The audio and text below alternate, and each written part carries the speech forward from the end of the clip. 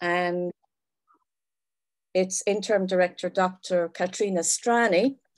I would like to welcome you all to this session today on Nan Shepherd. My name is Mairead Cra. I'm Professor of Cultural Heritage here at Heriot-Watt University. And my current research is on place names, sense of place and relationships with the land. And that is what sparked my attention in this book, The Living World, Nan Shepherd and Environmental Thought by Samantha Walton. I'm reading the book and it is an absolutely beautiful read. It's not just about Nan Shepherd, but it's about our whole thinking in relation to the environment and ecology and sense of place, which fits in very well with the themes that we have had seminars on during this semester. I'm just going to read you some of the chapter titles. We have Place and Planet, Ecology, Environmentalism, Deep Time, Vital Matter, and Being. So that gives you a sense of what the book is about. And the publishers are offering a 33% discount on the book for people attending today with a code, and I'll put the code in the chat. So I'd like to introduce the author of this wonderful book, Dr. Samantha Walton, who is a reader in modern literature at Bath Spa University. And the book on Nan Shepherd is her most recent book, which explores Shepherd's prose and poetry from the perspectives of literary eco-criticism. But she's published a lot of interesting work, a lot of it to do with detective work in the Anthropocene. And one of her books is called Guilty But Insane, Mind and Law in Golden Age Detective Fiction. She has a new book coming out this summer called Everybody Needs Beauty in Search of the Nature Cure. So I think we need to look out for that. Samantha is a core member of the Research Centre for Environmental Humanities at Bath Spa University, and she's co-editor of the journal Green Letters. So Samantha, over to you. Oh, thank you so much for that introduction. That's really, really lovely. And thank you for reading the book as well. It's always lovely to hear somebody is reading the book and enjoying it. I'm going to share my screen. I hope that people can see that now. I'm going to be talking to these slides and reading from my papers over here. So if I'm looking over here, I'm not distracted. I'm keeping myself to time. So there's lots of time for questions. So yeah. This talk is derived from the book and from the chapter on deep time. I started writing the book because I was just fixated on the work of Nan Shepherd and was getting into eco-criticism as kind of a field of environmental literary study that reflects on human relations with the more than human. And I was discovering that I understood eco-criticism better the more I read Nan Shepherd, and I understood Shepherd better the more I engaged with eco-criticism. So the book is this kind of attempt to introduce these two different ways of thinking and eco-criticism and Nan Shepherd studies kind of to each other, and to kind of prize her writing apart and explore some of the things I found fascinating and complicated and difficult to understand about it as well, because she's such a beautiful and such a kind of sensory writer. And then she says things that the more you think about them, actually the more complicated they are. So it's this kind of deep dive into her writing and everything I love about it. I probably don't need to introduce Nan Shepherd to you all. I think people are probably here because they love Nan Shepherd, but there's the picture of her that is so famous, that's on the Fiver in Scotland, and shows her as a young woman in the period when she sort of began climbing and walking in the Cairngorms and writing about it. So when Nan Shepherd wrote The Living Mountain, she was poised between two moments in Earth and human history. Her imagination was shaped by 19th century geology, which revealed the deep age of the Earth. She was also writing in the early parts of the 20th century, during a prolonged period of modernization in which human activity would leave its own traces on this seemingly eternal landscape. She witnessed firsthand the coming of industries that would permanently alter the geology and ecology of the hills and disrupt wider global natural systems, leading us into the age of Anthropocene. How Shepherd made sense of these changes and made them sensible in her literature is a vital context for reading The Living Mountain, as I hope to show in this talk. So during her MA at Aberdeen, Shepherd primarily studied literature, but she also took lots of modules in science, and particularly 2 modules in theoretical and practical geology. So her eye, when she turned to the Cairngorms, was that of a literary scholar, but also a lay geologist, building on a long tradition of geological thinking in Scotland. One key figure of many is James Hutton. In the late 18th century, Hutton established that the earth wasn't formed in a biblical week, but came into existence over unimaginable aeons, driven by the heat processes of the earth's core. Cataclysmic events also made and shaped mountains and created what he called unconformities, places where molten rock crashed through existing strata, disordering the geological record and attesting to vast periods of unaccounted for geologic time. Geological awareness, inspired by such discoveries, shapes The Living Mountain in many ways. We know from the title, The Living Mountain, that Shepherd sees rock and the mountain ecosystem as alive, constantly changing and becoming. Such liveliness is embedded in its structure. Each chapter zooms in on different aspects of life and the mountain. But as you read, you notice that these categories are frequently confused. So that these are the chapter structures, the plateau, the recesses, the group, and then elements like water, frost and snow, air and light, the plants, birds and animals, insects, life, man, sleep, the senses, and then this kind of very philosophical chapter on being. So it seems like she's splitting things up and separating them. But as you read, you notice how much the categories that shape the chapters are frequently confused. Plants pop up in the chapter on insects. Air pops up in the chapter on water.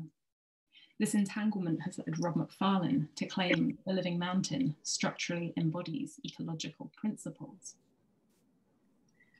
I would go one step further to suggest that it also embodies geological principles. Its publication history ensures that temporal disorder is built in from the start. In the 1977 introduction, this is when the book was finally published, even though it had been written in the 1940s, Shepherd describes the process of rediscovering her 30-year-old manuscript in her desk drawer, a moment that is now central to the text's mythology. It echoes the beginning of Marcel Proust's In Search of Lost Time, where an aged Marcel recovers the tang of youth through sensory sorcery of Madeleine dipped in tea. Similarly, Shepherd's memories of the Cairngorms return with all the clarity, freshness, and vitality of the original experiences. Reading it now, it can feel a lot like opening a time capsule or revealing a prehistoric creature caught frozen in amber, a moment of its life revealed in vivid clarity in ours. As the book continues, distinct moments press against each other, moving backwards and forwards through time. Events and observations which took place over 50 years, from her first climbs in the 1920s to her old age, brought up with little regard for organising chronology. This non-linearity amounts to a kind of unconformity. The buried past is thrust up, cutting through layers of the present. This impression of disorganised rock strata only thickens as the book continues. Hearing a little bit of feedback. I don't know if somebody's mic is on. They don't mean it to be, but I thought I'd let you know in case we're getting insight into your home that you don't want us to have.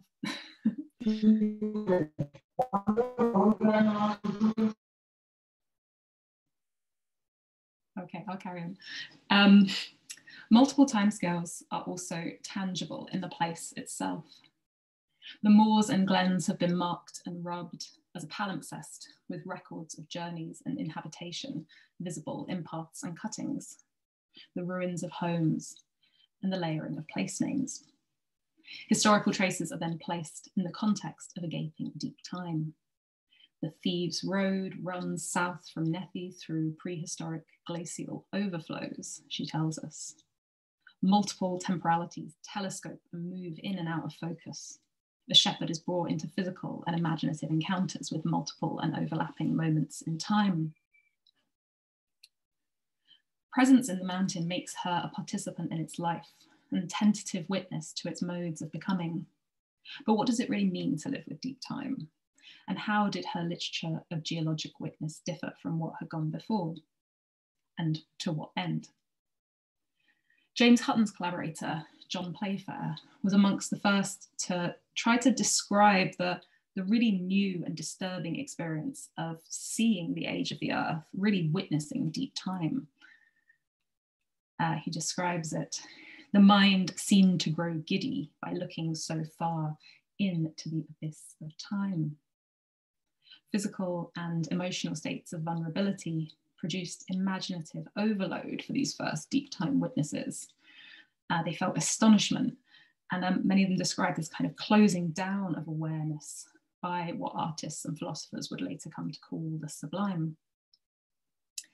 Much 19th century literature also conveys how much writers struggled to describe and to capture this experience. Confronting the startling new vistas of Earth's age was less awe-inspiring and more like falling into a newly torn abyss. Take Alfred Lord Tennyson's In Memoriam, with its cry against nature read in tooth and claw, and its horror at humanity's fate sealed within the iron hills. It's a reflection on the discovery of fossils. Or the Scottish poet James Thomson's The City of Dreadful Night, my favourite Victorian poem, which rejects myths of humanity's separation from physical nature and offers this abject vision of all life intermingled as a soulless compost. Nothing of us but the mouldering flesh whose elements dissolve and merge afresh in earth, air, water, plants, and other men. And he goes on thinking about species kind of experiencing, living with time doom, because we're all kind of bound up in this natural cycle. As the Scottish Christian geologist Hugh Miller wrote of authors of the long 19th century, they saw the onward procession of beings as if tipped with life, and naught but inanimate carcasses all behind, dead individuals, dead species, dead genera, dead creations, a universe of death. In these examples, the significance of human life is diminished in a compression of time moments. The response is something like geological vertigo. Faced with the dizzying and horrifying abyss of time, the mind wobbles, falters, and ultimately shuts down. So we know from Shepherd's, she was a university teacher of literature. She kept commonplace books where she kept record of her reading. We know that she was a really keen reader of 19th century poetry and very familiar with these melancholic Victorian narratives of creation and decay. However, in her own writing, human history is slotted into this elongated timescale in ways that avoid pessimism, dizziness, and closure. For example, in her first novel, The Quarrywood, which is kind of widely read to be relatively autobiographical, she describes studying biology with the Aberdeen professor of biology, J. Arthur Thompson. So he was a real figure. She really did study with him. And in the book, her character, Martha, her protagonist, also studies with him, and she studies biology. And this is a description of one of his lectures. When he spoke, incredible shapes moved through an unimaginable past, and an unimaginable present surged in on one, humming with a life one had not seen before, not even expected. So full the world was, and so clamorous. Awareness of this ecological and geological clamour does not trigger existential crisis for Martha, but it opens up vistas thrumming with life.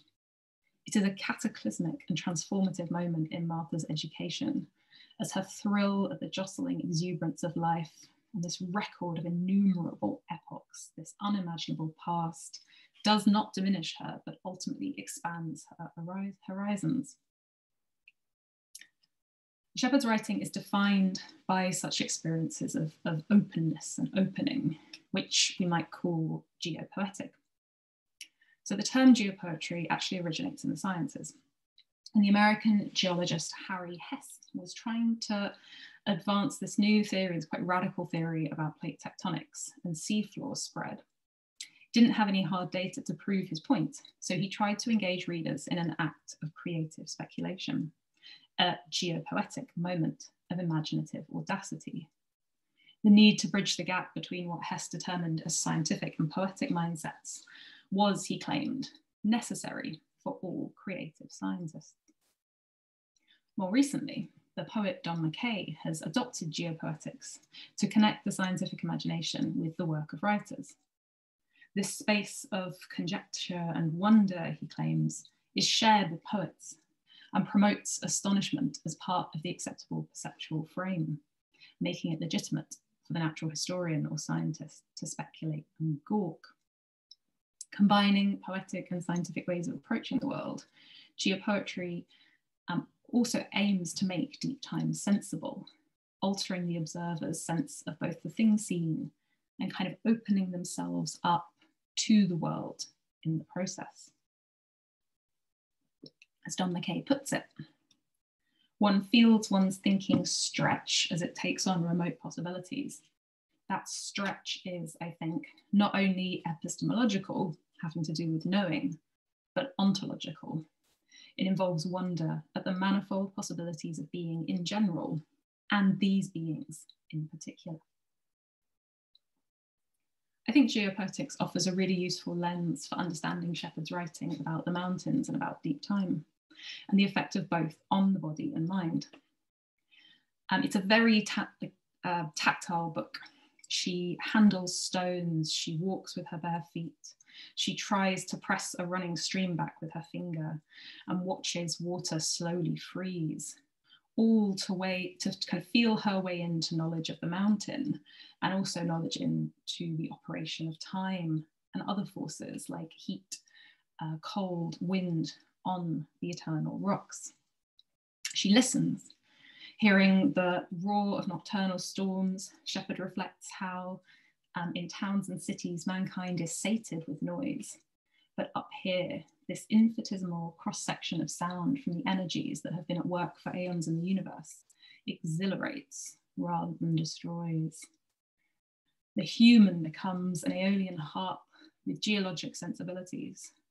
Seeking these thrills imparts knowledge through the body and senses, revealing age in ways that do not destroy, but exhilarate and teach. However, many of the changes the mountain has undergone over deep time are beyond sense perception, and there are realities that the mind simply cannot grasp. Shepherd confronts the unknowable in her engagement with water. The pure and terrible streams of the high Cairngorms are those very forces that have changed the shape of valleys and gorges. And this is one of the kind of key passages on water in The Living Mountain. Water, that strong white stuff, one of the four elemental mysteries, can here be seen as its origins. Like all profound mysteries, it is so simple that it frightens me. It wells from the rock and flows away. For unnumbered years, it has welled from the rock and flowed away. It does nothing, absolutely nothing, but be itself. The last three lines in particular have this kind of ringing, complex clarity. It reminds me of Imagist poetry. It reminds me of the compression of meaning you get in a Zen parable, something that's kind of almost impossible to grasp, and simply it must be meditated upon. Water is a flow that is once symbolic of time passing and completely indifferent to it and to all forms of symbolism. Complete in its own absoluteness and refusal to be contained or resolved through the semiotic, the symbolic, the religious. It moves in perpetuity, touching things into life and then passing on indefinitely. The astonishment of water addresses the problem the imagination faces in stretching to accommodate deep time as a living reality. In the face of phenomena like water that reveal the operations of time and the Earth's deep antiquity, the imagination can sometimes kind of stretch and open up, but it also faces its own limitations. How can we know this profound mystery? Unlike in much of the 19th century geologic literature I've spoken of, thinking about this problem doesn't cause a rupture in the self or a closing down of the mind. Knowledge, Shepherd reminds us, doesn't dispel mystery. And knowing another is endless, because the thing to be known grows with the knowing.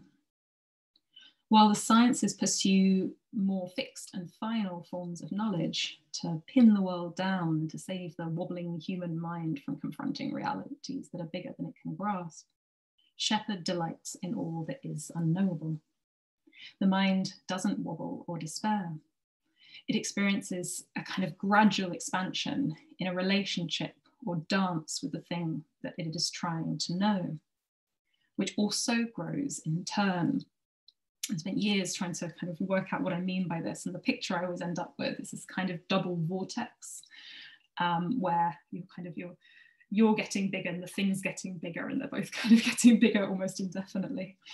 It's not an image that Shepherd uses in her writing, but it's one that is suggested by many passages in The Living Mountain, and particularly this writing on time. Another important kind of part of her writing on time is in the section about plants, in the chapter on plants.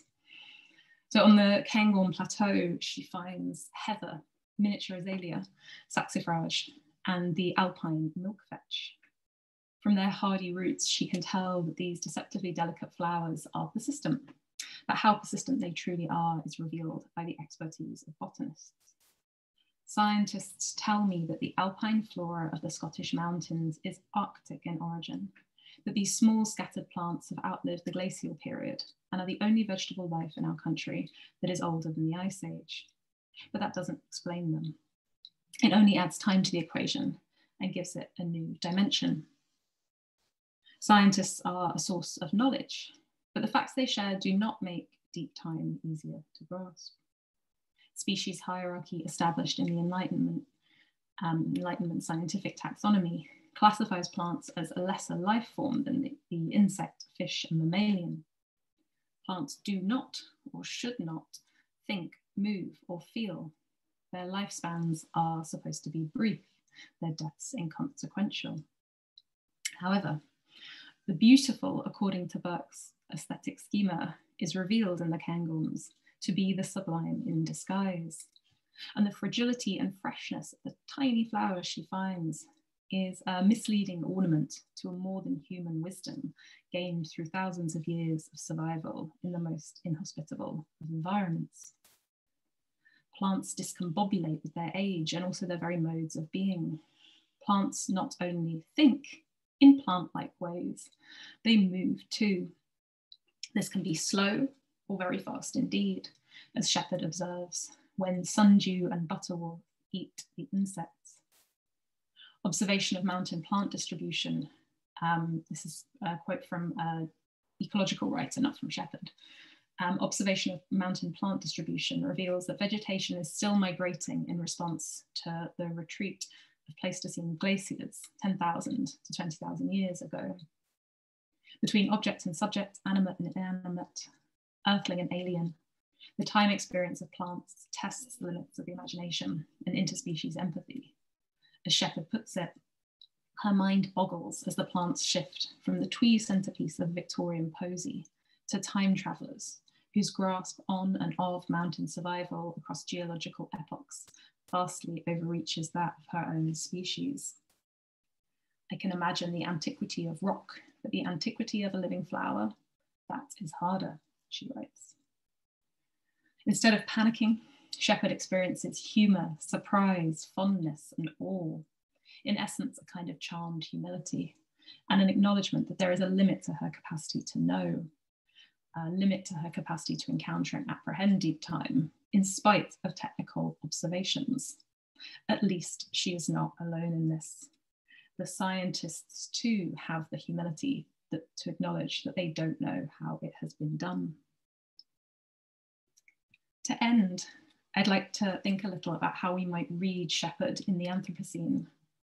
An awareness of deep time demands thinking in vastly different scales and in demanding ways about agency, responsibility, impact, and the span of a human life. This is all more pressing in our age of Anthropocene, in which humanity has been named as an agent of change on a geologic scale. The Living Mountain was written half a century before the Anthropocene was named, but it invites a reading attentive to this ongoing shift in human planetary understanding and interactivity. The value of watching a landscape change over time and cultivating the kind of deep time awareness that Shepherd does may prove instructive as we learn to live in the Anthropocene's confusing and telescoping temporal scales. The domestication of the wilderness, colonization, agricultural capitalism, population growth, the creation and expansion of towns, all are fundamental to the changes we've seen in the Anthropocene. And in my book, I reflect in more depth on how these complex interlocking phenomena connect with Shepherd's cairngorms. In brief, though, Shepherd's writing about mountain communities may help us better understand the long history of people's relationships with high places. For example, how might temporary dwellings like bothies, the shelter stone, hillside crofts, compare to newer and potentially more ecologically disturbing constructions, such as ski lifts, roads, and the controversial funicular that runs up the mountainside near Abbey Moor. The bringing of concrete, steel, plastics, tarmac, as well as the intensified burning of fossil fuels that fuel mountain leisure economies, have changed the local landscape in significant ways, and also participated in global energy trends. Thinking on different scales and in the disjunctive timescales of the Anthropocene make it possible to evaluate the meaning and significance of these changes beyond the immediate locus of the text. Environmental scientists use terminology, or the terminology of shifting baselines, to describe how different generations adapt to biodiversity loss. As species decline and environments degrade, successive generations alter their expectations of what a healthy, lively, and natural environment looks like. We might ask how the Living Mountain might be read in a century or 2 centuries more as people's baselines have shifted. The Living Mountain may tell stories about the ghosts of landscapes and ecosystems past. Snow, for example, is unpredictable in the cairngorms. Writing in the 1940s, Shepherd noted that it doesn't happen every winter.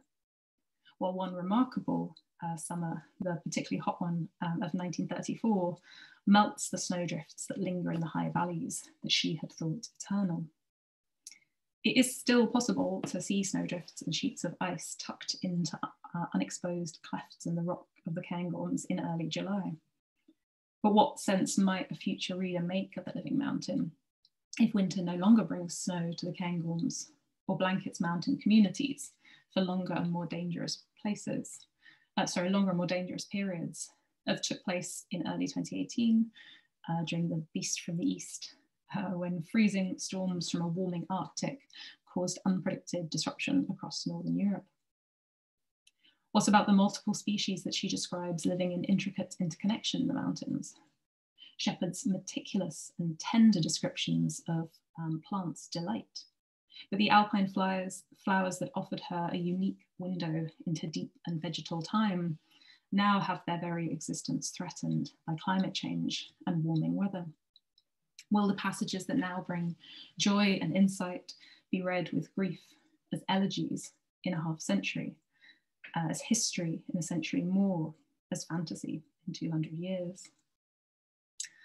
I think I have run out of time now, but I would love to talk more about these questions, and I hope that I've further confirmed the timeliness of Shepherd's writing, its value in our own moment.